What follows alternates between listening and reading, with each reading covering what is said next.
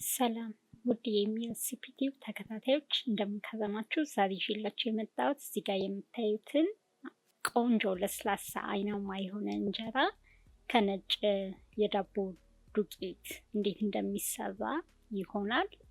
እንዴት ተሰራ የሚለውን ለማየት እስከ መጨረሻው ድረስ አብራችሁን እንድቆዩ እጋብዛለሁ።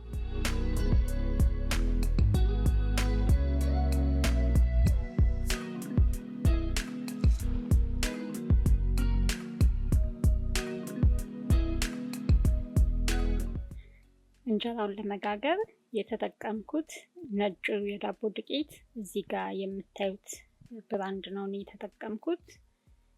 ግን የትኛውም የዳቦ ዱቄት መጠቀም ትችላላችሁ። ያው ለሁሉም ነገር የሚሆን ነው። ኦል ፐርፐዝ ፍላወር ይላል እና ባለፈውም ተመልካቾቼ ዳቦ ስጋግር ከነማሸጊያው ስላልነበረ ያው እንደመጣ ነው እቃ ውስጥ ተገልብጦ ግጥም ተደርጎ ምናስቀምጠው። ስለዚህ ማሸጊያው ስላልነበረኝ አላሳየኋችሁም። ግን ዳቦ ስጋግርም የተጠቀምኩት እዚህ ጋር የምታዩትን ዱቄት ነው ማለት ነው። አሁን ወንፊት አዘጋጅና 1 ካፕ የሚሆን ዱቄት እነፋለሁ። የተጠቀምኩት 1 ካፕ ብቻ ነው። ያው እናንተ እንደየፍላጎታችሁ በዛ አድርጋችሁ መጠቀም ትችላላችሁ። እኔ እንዳልኳችሁ ያው ጤፍ እንጀራ ብቻ ነው ቤት ውስጥ የምንመገበው። ግን አሁን ሰሞኑን ባለፈውም የሰሞሊናውን ሰርቼላችሁ እንደገና ደግሞ ይህንን ደግሞ ሞክሬ ነበረ። አሁን ካሳየኋችሁ በፊት አንዴ ሞክሬዋለሁ ጋግሬና ሰሞኑን እሱን ነው የተመገብነው ማለት ነው። አሁን ደግሞ የጨመርኩት ግማሽ የሻይ ማንኪያ የሚሆን እርሾ እና ጨው፣ ለጣም ጨው እንደየፍላጎታችሁ ማለት ትችላላችሁ፣ ግን እንዳይበዛባችሁ፣ ምክንያቱም ከበዛው ጣዕሙን ያጣል ማለት ነው። አሁን ዱቄቱን ጨውንና እርሾውን በደንብ አድርገን እንደባለቀዋለን። በደንብ ተደርጎ መቀየጥ አለበት። በተለይ እርሾ ውሃ ስናደርግበት አንድ ቦታ ብቻ እንዳይሆንብን በደንብ አድርገን ከዱቄቱ ጋር እንቀላቅለዋለን ማለት ነው። አሁን የተጠቀምኩት እዚህ ጋር በትንሹ ለብ ያለ ውሃ ነው እና 1 ካፕ ነው ያደረኩት። አሁን በ1 ካፕ ውሃ በደንብ አድርጌ እንዳይጓጉል ሊጡን በደንብ አድርገን እንመታዋለን ማለት ነው። የተጠቀምኩት በእንቁላል መምቻ ነው፣ ምክንያቱም እሱ ምንም ሳይጓጉል ስሙዝ የሆነ ሊጥ እንድንሰራ ይረዳናል ማለት ነው። ምንም አይነት ጓጓላ ሊኖር አይገባም። አሁን ሊጡ ወፈር ስላለብኝ እንደገና ግማሽ ካፕ የሚሆን በትንሹ ለብ ያለ ውሃ ጨምሬያለሁ። በጣም እንዳይቀጥንባችሁም ተጠንቀቁ፣ ምክንያቱም እያያችሁ ውሃ መጨመር ትችላላችሁ ቀስ እያላችሁ። እኔ 1 ካፕ ከግማሽ ነው የተጠቀምኩት ጠቅላላ ውሃው ማለት ነው።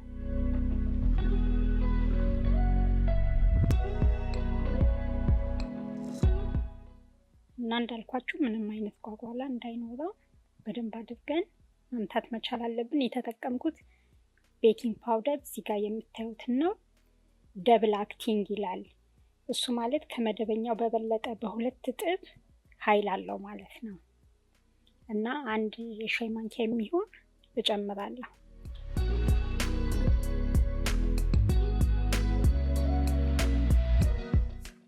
እና በደንብ አድርጌ አንድ ላይ እንዲዋሃድ እበጠብጠዋለሁ ማለት ነው። ቤኪንግ ፓውደሩን ካረጋችሁ በኋላ በጣም ብዙ ጊዜ ባትመቱት ጥሩ ነው። ምክንያቱም በጣም ብዙ እየመታችሁት በሄዳችሁ ቁጥር አንድ ከላይ ኩፍ የማለት ባህሪ ያለው፣ ልክ ሊጥ ኩፍ ሲል ኩፍ እንደሚለው ማለት ነው። ይታያችሁ አይታያችሁ አላውቅም፣ ግን ከላይ ኩፍ የሚል ነገር አለው እና በጣም እየመታችሁ ስትሄዱ እሱ ሊጠፋ ይችላል። ስለዚህ በጣም አትምቱት፣ ግን በደንብ ደባልቁት። አሁን የምጠቀመው ግማሽ ካፕ የምትይዘዋን እቃ ነው ማለት ነው። ወደ መጥበሻ ላይ ለማድረግ የተጠቀምኩት መጥበሻ 10 ኢንች ነው። ግን ያው እንጀራውን ሳረግ ሙሉ ለሙሉ አይደለም፣ ትንሽ ያነስ ትላለች እኔ የተጠቀምኳት ካፕ። ስለዚህ እንደዛ ነው። ያው መጥበሻችሁን ደግሞ በደንብ መጋሉን እንዳትረሱ። በጣም ከመጠን በላይ ሳይሆን ልክ ትክክለኛው ላይ ሙቀት ላይ መሆን አለበት። ልክ እንጀራ ስንጋግር ምጣዱ በደንብ ካልሰማ አይን እንደማያወጣ ሁሉ ማለት ነው። ይሄም ትክክለኛ ሙቀት ላይ መሆን አለበት እና አይን ካወጣ በኋላ ነው ደግሞ የምንከድነው።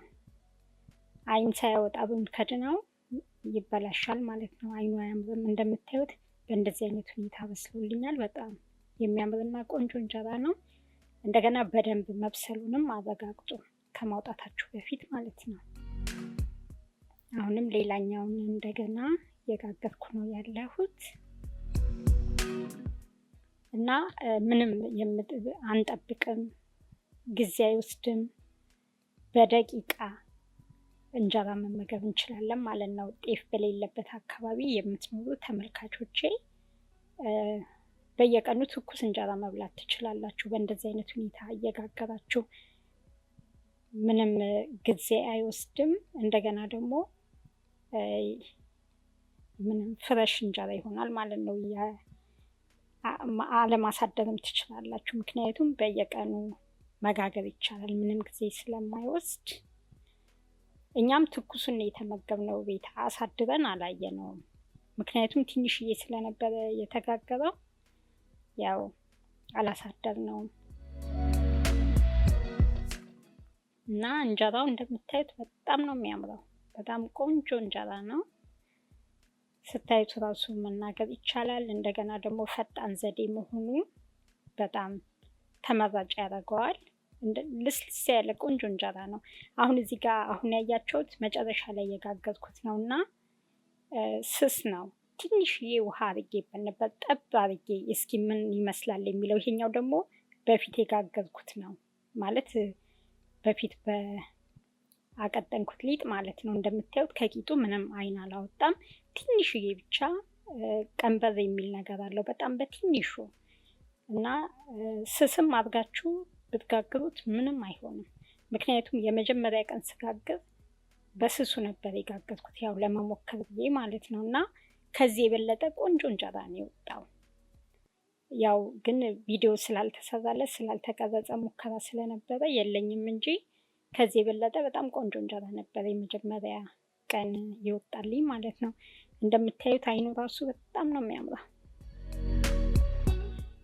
ያው ብዙዎቻችሁ በነጭ ዱቄት ስሪልን፣ ምክንያቱም እኛ ያለንበት አካባቢ ነጭ ዱቄት ነው። ያው አልቆየሁም፣ ቶሎ ሞክሬ ነው ይዤላችሁ የመጣሁት እና እኛ በጣም ወደነዋል።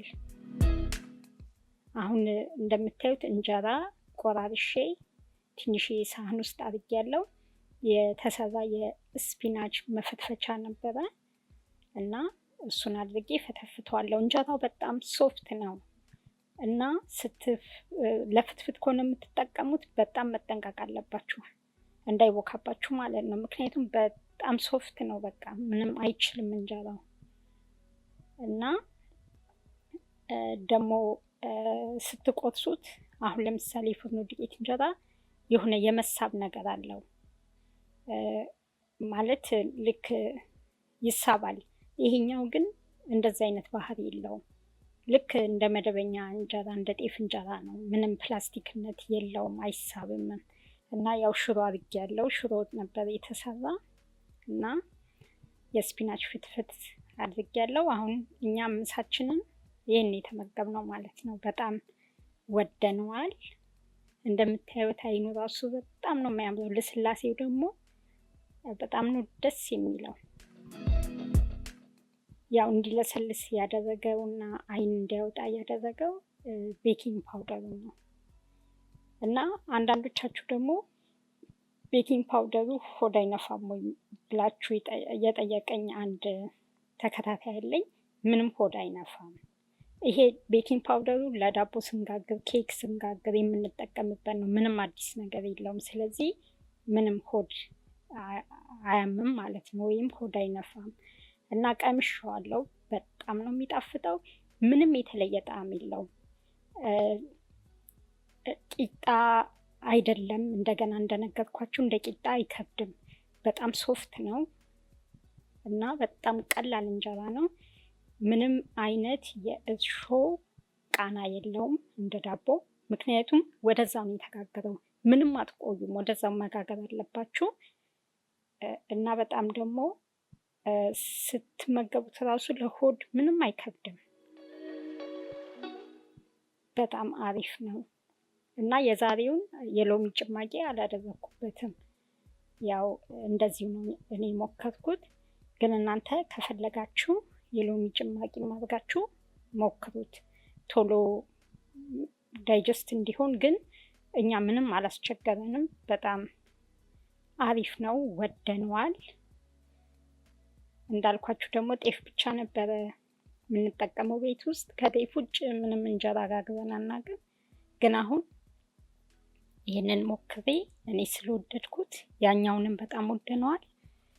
ሰሞኑን እንደዚህ አይነት እንጀራ ነው ማለት ነው የተጠቀምነው፣ ከነጭ ዱቄት እና ባለፈው ከጋገርኩት ከሰሙሊና ዱቄት የተሰራውን ነው የተጠቀምነው። በጣም በጣም ወደነዋል። እናንተም እንደወደዳችሁት እርግጠኛ ነኝ። ከወደዳችሁት ደግሞ ላይክ ማድረጋችሁን እንዳትረሱ። በዚህ አጋጣሚ ዛሬ ለቻናል አዲስ የሆናችሁ ሰብስክራይብ በማድረግ የደውል ምልክት በመጫን ኦል የሚለውን በማጥቆር ቤተሰብ እንድትሆኑ እጋብዛለሁ። እንዲሁም የሁልጊዜ ተከታታዮቼ ላይክ፣ ሼር፣ ኮመንት እያደረጋችሁ የምታበረታቱኝ ሁሉ እጅግ በጣም አመሰግናለሁ። በሌላ ቪዲዮ እስከምንገናኝ ድረስ ደህና ሁኑ።